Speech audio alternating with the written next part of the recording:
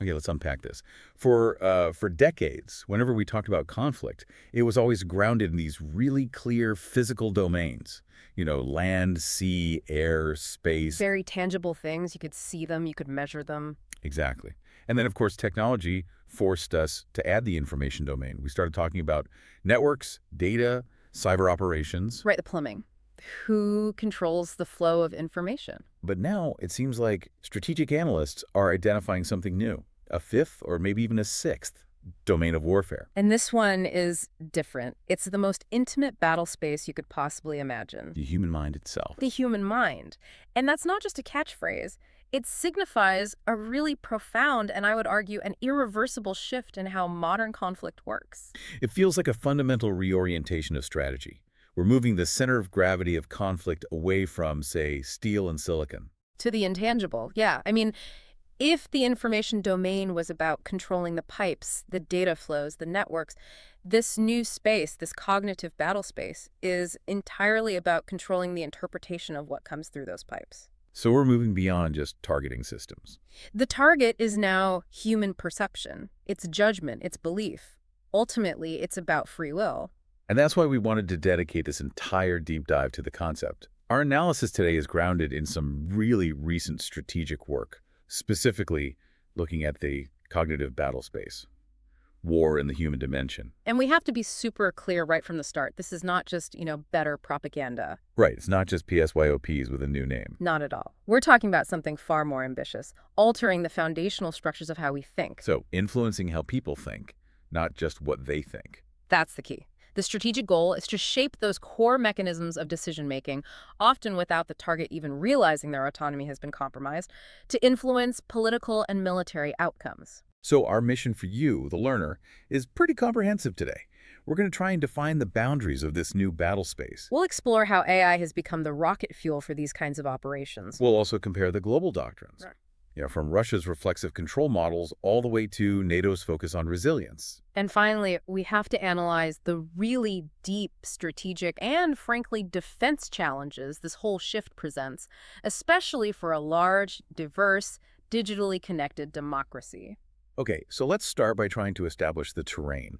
How do our sources actually define this cognitive domain? They define it as the sphere where our perceptions, our beliefs, our emotions, and ultimately our decisions are all formed, and where they can be contested and influenced. They call it the decisive terrain of modern conflict. And that's because advantage is gained not by blowing up an adversary's physical assets anymore, but by shaping the way their leaders, their soldiers, and their entire population interpret reality. And how they act on those interpretations. Right. It's not a metaphor. It's being treated as a genuine operational domain, which is why we have to be so precise about the distinction between this and the information domain. Okay, let's nail that down because I think a lot of people use those terms interchangeably. They do, and it's a mistake.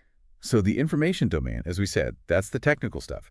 Data flows, networks, cyber capabilities. It's about availability, integrity, confidentiality of the data itself. You're controlling the supply chain of information. But the cognitive domain, that's Yeah. where the value judgment happens. That's it. It's all about interpretation.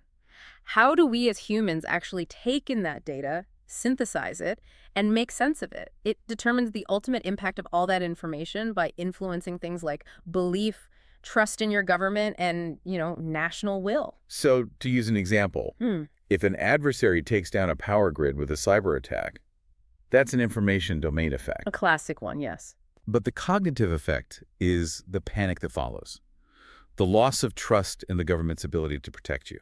The social media arguments that break out over who's to blame. Precisely. The cyber attack just sets the stage. The cognitive effect is what actually wins the battle. You fracture their cohesion. Okay, so if you want to systematically target this domain, you have to break the mind down into sort of actionable parts. That's how adversaries think about it. The analysis identifies 5 really critical, interconnected areas that are just relentlessly targeted in these campaigns. Let's run through them, because this is really the architecture of the mind as a battlefield.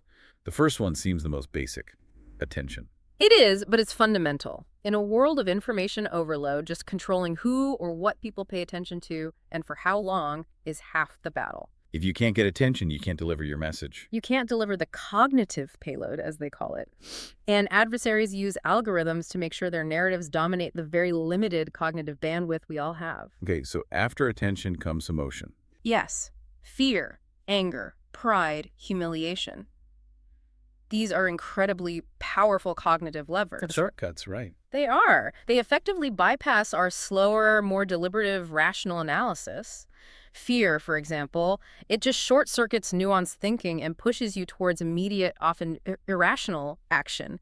So campaigns are deliberately designed to be emotionally charged. Which brings us to the third component, which feels like the social glue. Trust. This one is huge.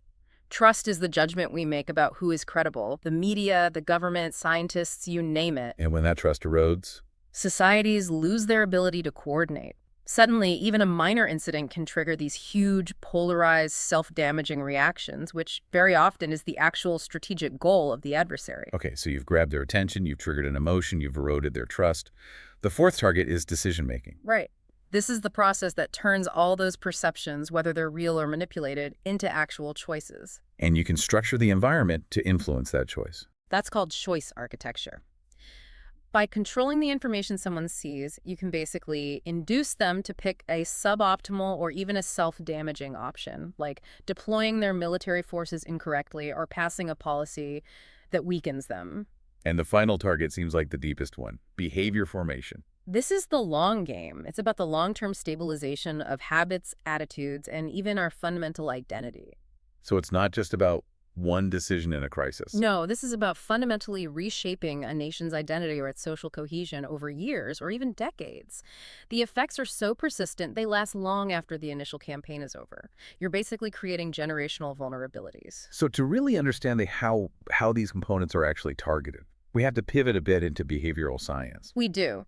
Specifically, the dual-process cognition model, which was famously popularized by people like Daniel Kahneman and Amos Tversky, it is absolutely foundational to modern cognitive warfare doctrine. This is where we see the crossover from military theory into applied cognitive psychology. We have these two modes of thinking. Right. Let's start with System 1. System one is a fast one. Yeah. It's automatic, it's intuitive, it relies on mental shortcuts, heuristics, and on emotion and pattern recognition. And that's the primary attack vector. It's the path of least resistance. It's so easily manipulated because its whole purpose is speed and efficiency, not accuracy. So when we're stressed, or tired, or just hit with a really emotionally charged story, We instinctively default to System 1. And adversaries know this. They create these misleading cues, these deceptive but familiar-looking patterns that our brain just quickly accepts as true without a second thought. and on the other hand, you have system two. System 2 is our slow, effortful, analytical brain. It's our critical thinking faculty. It can scrutinize assumptions, reason through complexity. But it has a major vulnerability. A huge one. It requires a lot of cognitive energy, and it's very easily disrupted. So in an ideal world, a commander making a big decision has time, they're rested. They can engage system two. But if you saturate them with contradictory information, with outright misinformation, or just with a sheer volume of noise, what the sources call cognitive overload, you physiologically force them back into the error-prone emotional System 1. The strategic goal isn't necessarily to plant a single big lie. Sometimes it's just to create such overwhelming complexity that the target gives up on logic and just goes with their gut feeling, and that's when you can control them. And this is where the exploitation of specific cognitive biases comes into play. These aren't blunt instruments. They're like precision-guided munitions for the mind. Exactly. They're engineered to hook into our built-in mental flaws. Let's talk about confirmation bias. This is the big one, right? Our tendency to seek out evidence that confirms what we already believe and just ignore anything that contradicts it. It's so powerful, and cognitive warfare exploits this by doing the bare minimum. They don't need to invent a whole new lie from scratch. They just need to feed your existing suspicion. That's it. If you already suspect, say, that your government is corrupt, the adversary just needs to feed you a continuous, tailor-made stream of evidence, maybe distorted facts, out-of-context quotes, that validates that suspicion. And you actively participate in your own manipulation. You do. You eagerly consume it and share it because it confirms your worldview. Okay, then there's the availability heuristic. This is where we overestimate the importance of things that are vivid or recent. If we see it on the news all the time, we assume it's a huge problem. And this is absolutely critical in hybrid warfare. An adversary might create a highly visible but maybe small-scale provocation, like a viral deep fake video or a symbolic cyber attack. It's spectacular. It grabs all the attention. And it anchors your perception of the threat on that one vivid incident, while the more subtle strategic shifts in power or policy go completely unnoticed. It totally distorts your risk assessment. Which is related to the anchoring bias, our tendency to over-rely on the first piece of information we get. Yes. If an adversary successfully sets that initial narrative frame, the anchor, even if more accurate information comes out later, you'll still filter that new data through the original deceptive frame. It taints everything that comes after. So for a military commander, if the enemy anchors the perception that their force is huge, then that commander will continue to interpret every ambiguous scouting report as confirmation of that initial fear, leading them to be overly cautious to make suboptimal deployments. it's pretty dystopian when you lay it all out like that. It is. Finally, let's touch on the critical factor of stress and degradation. The sources say combat stress, lack of sleep, cognitive overload. They do more than just make you tired. They physiologically shift how you make decisions. High chronic stress releases cortisol, which literally inhibits the prefrontal cortex, the part of your brain responsible for System 2 reasoning. So it's a biochemical attack on your judgment. It is. It's weaponizing exhaustion and fear to achieve either decision paralysis or, even better from the adversary's perspective, a predictable miscalculation. So if the human brain, with all its biases, is the vulnerable target, then it seems like artificial intelligence is the force multiplier that makes these attacks possible on a global scale. Oh, it's more than a multiplier. It's the engine. AI enables this large-scale automated data collection, behavioral profiling, content creation, all of it. It allows adversaries to predict our emotional responses and decision pathways with scarily high accuracy. It takes influence operations from being this sort of manual human-driven art form To a science that operates at machine speed and precision. AI can synthesize massive amounts of our data to create these incredibly granular psychological profiles of individuals or even whole demographic groups. They can micro-target messages. With precise emotional weight, yeah. Ensuring they hit the exact cognitive vulnerability they've already identified in you. But the real game changer here isn't just that AI can create content, it's that it dictates the very architecture of our information world through algorithmic curation. That's a crucial point. We don't just passively get information anymore. We live inside these digital ecosystems, social media, content platforms that filter everything we see. And the filter isn't based on what's true or important. No, it's based on what will maximize engagement to maximize profit. And that creates these personalized streams, these reinforcement loops, which leads directly to echo chambers and polarization. It does. The algorithm learns that outrage and anxiety get the most clicks, so it feeds you more and more of it. You're only exposed to information that aligns with your existing and often increasingly extreme views. And before you know it, we're all living in our own unique informational realities. We lose any sense of common ground. And dissent becomes toxic because it's not just someone disagreeing with a fact. It feels like they're attacking your entire group identity, the very identity the algorithm validates for you every single day. This whole process, the sources call it attention harvesting. It's a great term for it. The platforms prioritize content that hijacks our attention, sensationalism, outrage. And in that economy, rational, nuanced, complex reasoning just can't compete. It's too slow. It doesn't generate clicks. Which makes it incredibly easy for an adversary to design viral, corrosive content that plays perfectly by the platform's own rules. And just feeding the beast what it already wants. And when the content being amplified is itself synthetic, the problem just explodes. Let's talk about deepfakes as cognitive weapons. This is a critical leap because these highly realistic AI-generated videos and audio clips, they directly exploit our deep, evolved, instinctual trust in what we see and hear. Seeing is believing. It's hardwired into us, and the strategic impact is devastating. First, there's the immediate confusion. But the bigger, longer-term damage is that it erodes institutional credibility. It casts doubt on any piece of visual evidence, even the genuine stuff. And this creates what they call the liar's dividend. Right. Even after a deepfake is definitively exposed, that initial doubt, that seed of mistrust, it lingers. The defender is forced to waste time and resources proving a negative, while the attacker's initial narrative, that anchor, persists in people's minds. Looking to the future, the analysis gets into some truly unnerving capabilities that sound like science fiction. They mention cognitive twins. Yeah, this is next level stuff. A cognitive twin is basically a computational model of a specific leader's mind. So you're simulating their decision-making tendencies, their psychological profile, their known biases. Everything. If you can accurately model how a specific commander will react to a crisis or to a specific piece of intelligence, you can then engineer the crisis itself to guarantee a predictable, favorable outcome for you. You're shaping their decision before they even know they have a decision to make. And finally, there's neuropsyops. This is moving beyond just digital influence. It's using insights from actual neuroscience to design influence techniques that directly target emotional circuits in the brain, fear, anger, trust, to completely bypass that slow analytical system too. It's less like persuasion and more like... Neurologically calibrated behavioral conditioning. It's a very different thing. Okay, so if that's the high-tech engine, let's shift to the actual tactics on the ground.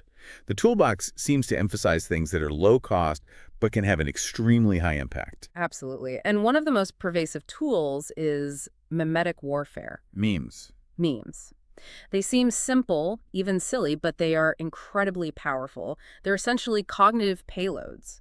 They deliver these complex, often corrosive narratives in a simple, instantly recognizable, emotionally charged format. And because they're visual or funny, they just slide right past our conscious defenses. They hit System 1 instantly, they embed themselves in the culture and social discourse, and they can shape collective attitudes without anyone even realizing they've absorbed a complex ideological stance. A single meme can convey a sense of moral outrage or government incompetence far more effectively than a long article ever could. And much, much faster. Beyond just the content, adversaries also focus on social and cultural fracture exploitation. Right. They're not inventing problems out of thin air. They are systematically identifying and targeting what the sources call grievance networks. So marginalized groups, communities with historical trauma, existing ideological fault lines. Exactly. They activate sensitive identity cues, religion, ethnicity, regional identity, to provoke anger and accelerate polarization. They're weaponizing the grievances that already exist inside a society. Turning domestic political challenges into acute strategic vulnerabilities. That's the goal. Because once identity is activated and feels threatened, rational thinking takes a back seat to group loyalty and survival instinct. And that makes a population far more susceptible to simple emotional manipulation. And the effects of that are often way more damaging and long-lasting than a kinetic attack. Much more. Now, the pinnacle of this kind of sophisticated strategy, especially in Russian doctrine, is something called reflexive control. Or C, yes, this is a crucial concept. It's what separates sophisticated manipulation from just blunt propaganda. Well, with traditional deception, the target eventually realizes they were lied to, and they might learn from it. Reflexive control is designed so the target never realizes they were manipulated. They believe they acted autonomously. They are convinced they made the best, most rational choice based on the information they had. The goal is to induce the adversary to voluntarily make a decision that is favorable to you. So you're not forcing them to do anything. You're shaping their entire information environment. The whole menu of choices and how they interpret those choices. So that their most logical conclusion just happens to be the one that benefits you. That's it. It's a really sophisticated manipulation of their perception. A key part of it is feeding them a steady stream of misleading cue signals, ambiguous data points that are specifically designed to exploit their known biases or their doctrinal assumptions. So you're telling them what they already expect or fear to be true? Exactly. And that makes the information incredibly persuasive. It smoothly guides them towards a predictable, self-defeating action. The genius of RC is that the victim becomes the author of their own downfall. So, given that this cognitive domain is still relatively new, it makes sense that the global playbooks are still evolving. And they seem to really reflect the political systems they come from. Oh, deeply. Let's start with Russia, which has been refining these concepts for a very long time. Their doctrine is centered on reflexive control and information confrontation. And it's highly operational, very tactical. The goal is straightforward. Manipulate an adversary's perception and choice, either on the battlefield or in a political crisis. So tricking a commander into deploying his forces to the wrong place. Or creating strategic uncertainty during a negotiation. And they are absolute masters at integrating disinformation, psychological pressure, and cyber attacks into one seamless operation. The sources point to a lot of examples from the conflict in Ukraine. They do. For instance, you'll see a cyber attack that disrupts command and control systems. That's the information effect. Right. But at the exact same time, they'll deploy fake SMS alerts to soldiers' phones or flood social media with rumors to degrade morale and create uncertainty at the front. It's cyber-psychological integration. The two are working together. It's a textbook case. The kinetic disruption is amplified by the cognitive effect to achieve the strategic goal. Okay, now let's shift to China. Their approach seems fundamentally different. It's much broader. It's part of their larger doctrine of intelligentized warfare, and it uses what they call the three warfares. China's goal is far more comprehensive than Russia's. They explicitly aim for mind dominance. Mind dominance. Domination over the mental space of their adversaries and, just as importantly, over global public opinion. So let's break down those three warfares. They seem to really illustrate this whole-of-nation approach. The first is public opinion warfare.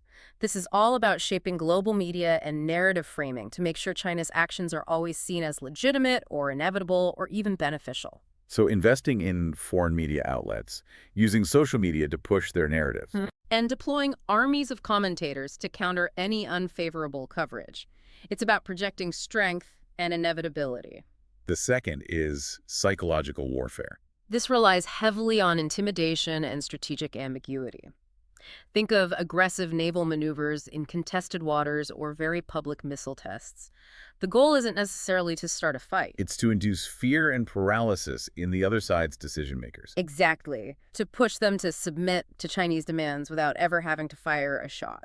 And the third, which I think often gets overlooked, is legal warfare or lawfare.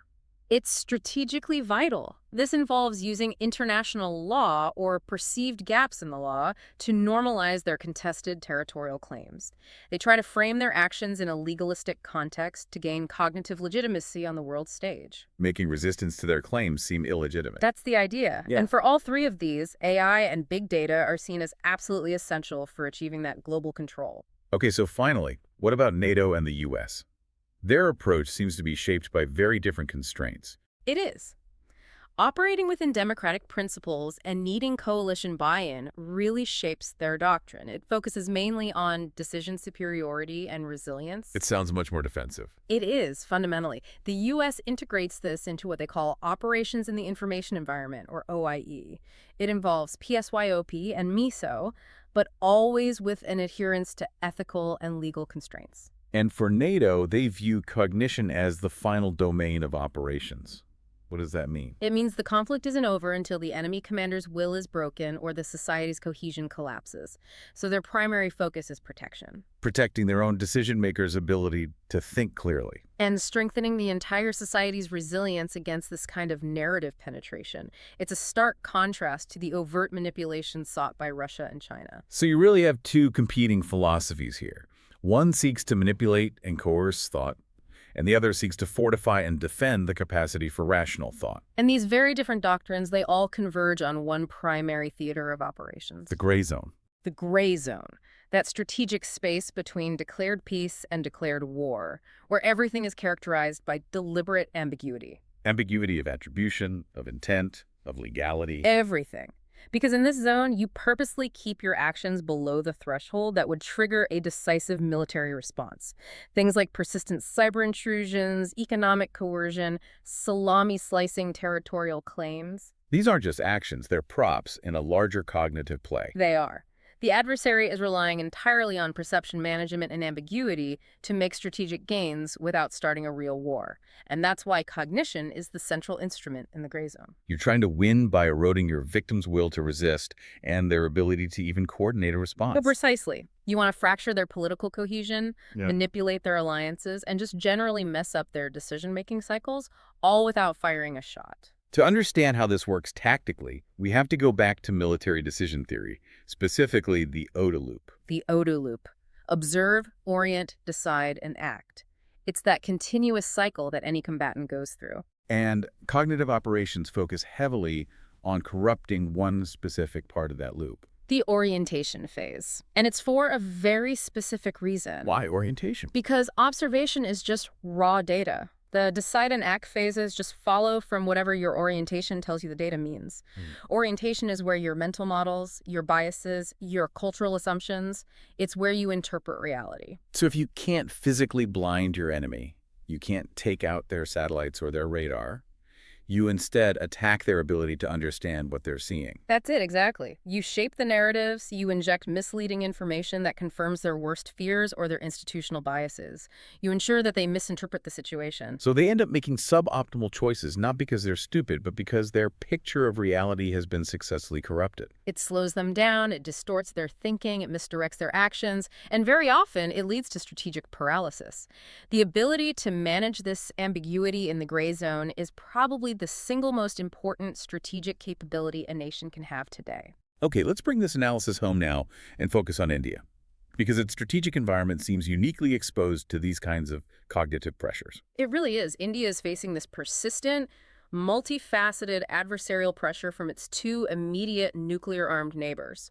So it's getting hit from both sides with different playbooks. Simultaneously, you have the aggressive, reflexive control tactics from one side, and this comprehensive, long-term mind dominance strategy from the other.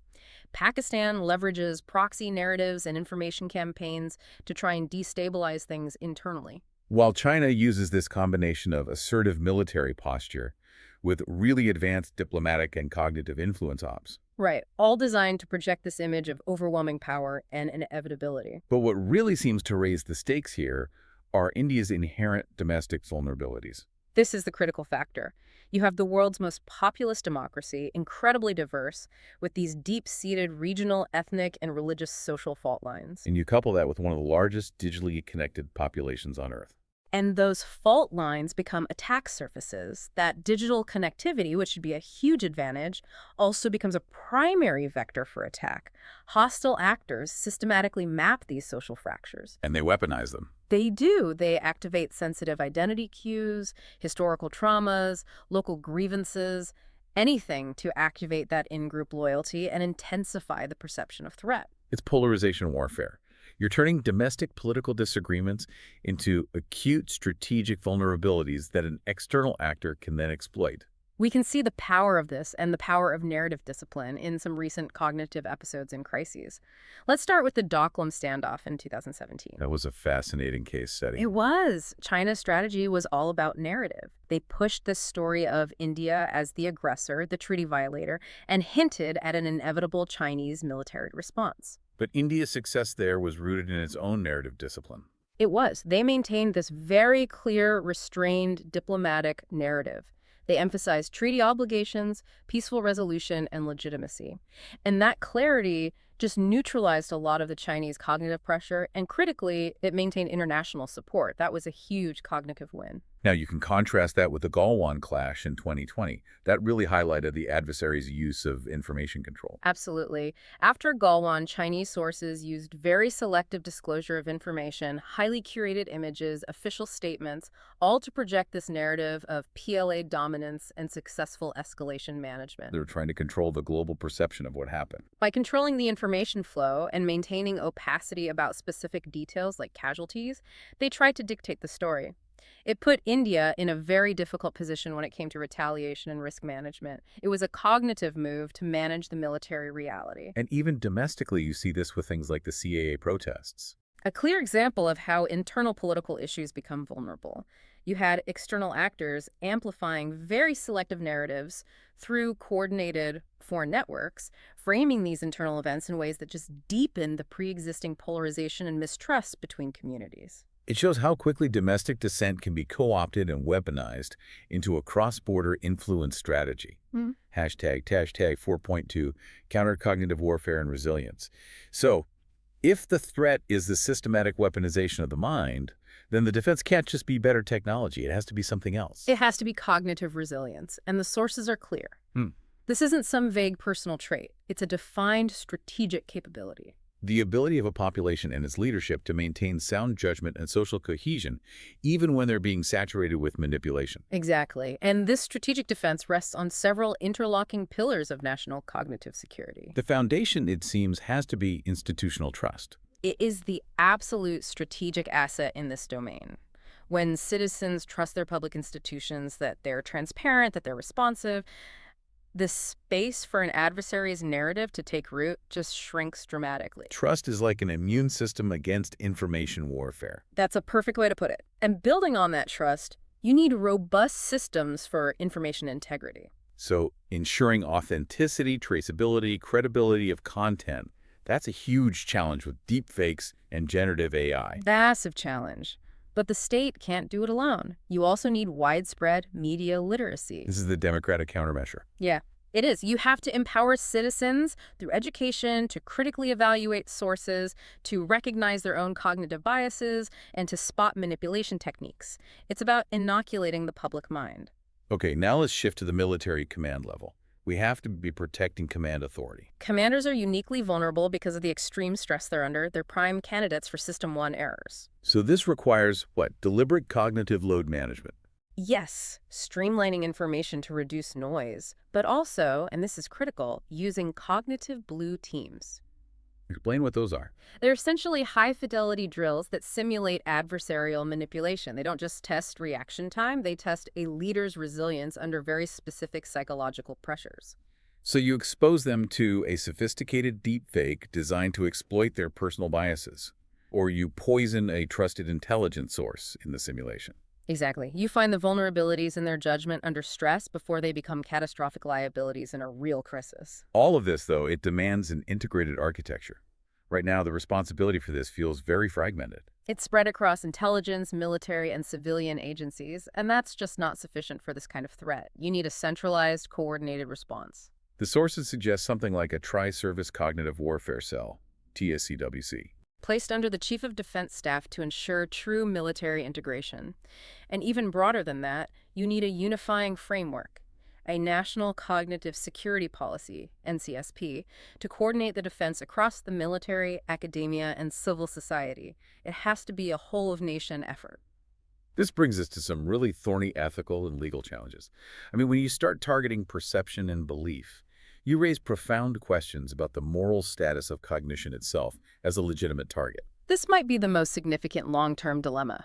You're touching the core of what makes someone a person, their mental autonomy, their ability to make decisions. As a democracy, you have to draw a very clear line between acceptable influence and outright coercion. So how does the analysis try to draw that line? It seems incredibly blurry. It is, but they offer some principles. Legitimate influence is about providing truthful information or correcting dangerous misperceptions. It respects the target's autonomy by giving them accurate data to make a free choice. But the danger zone is coercive manipulation. That's when you get into deceptive framing, emotional hijacking to trigger fear or anger, and exploiting someone's identity to cause psychological harm. The ethical line is crossed when the influence is designed to override free will. And this creates massive legal challenges, right? Right. Especially for something like international humanitarian law, IHL. It completely upends it. IHL was designed to govern physical harm, tangible effects. Cognitive effects are intangible, they're cumulative, they're spread across whole populations. How do you even measure them? So how do you apply principles like distinction? IHL says you only target combatants. But if the battlefield is public opinion, is a civilian's mind a protected space? Or proportionality. How do you weigh the psychological damage to a population against the supposed military advantage you gain? These are legally ambiguous, unresolved questions. And beyond the laws of war, there are fundamental human rights at stake here. Absolutely. The right to mental autonomy, privacy of thought, freedom from psychological coercion. All of these are at risk when behavioral data is harvested at this scale to profile citizens and find their vulnerabilities. It undermines the whole democratic principle of informed consent. It does. The moment a democracy starts engaging in this kind of sophisticated psychological profiling without incredibly rigorous oversight, it starts to erode the very moral authority and trust it needs to survive in the long term.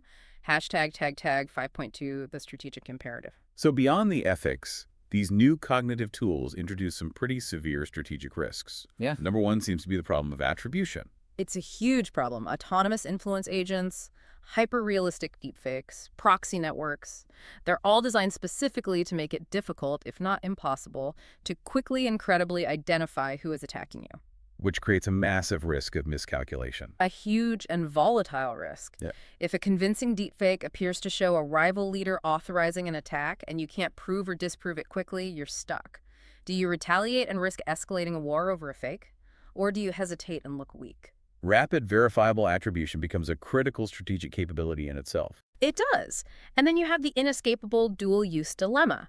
All of these cognitive technologies, AI analytics, neuroscience tools, Can be used for good or for ill. They can enhance resilience and improve training, Or they can be weaponized for covert manipulation and behavioral conditioning. which means the strategic imperative for a nation like India is to walk a very fine line. A very fine line.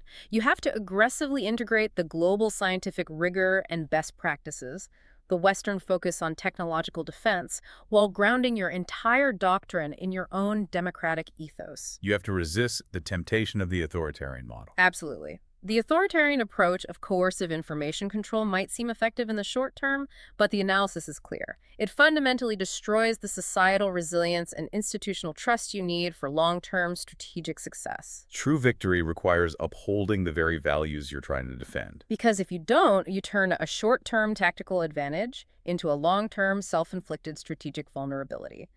Hashtag outro wrap. So, to quickly recap this journey, we've established that warfare has pretty definitively moved beyond the physical and even the cyber domains. We're now in the intangible terrain of the mind. And it's being driven by this ruthless acceleration of AI and behavioral science. Victory, it seems, is less about who has the most tanks or the fastest networks, and more about who can shape understanding, influence decisions, and maintain that deep public and institutional trust under relentless pressure. So what does this all mean for you, the learner, and for the nation? I think the key takeaway is that cognitive security isn't a military-only mission anymore. It has to be a whole-of-nation imperative. It's about protecting more than just our borders. It's about protecting our core democratic function, the ability to process reality accurately and make rational, autonomous decisions. The speed of this evolution is just relentless, and the stakes really couldn't be higher. And that leaves us with one final provocative thought for you to consider, something to mull over. The central strategic challenge of this cognitive age might no longer be whether we can simply win the narrative war with better facts or smarter campaigns. The real question is whether we can safeguard the fundamental human capacity for critical thinking itself against technologies that are explicitly designed to find our biases and bypass that capacity entirely. If the algorithms know our psychological vulnerabilities better than we know ourselves, what really is left of our cognitive autonomy?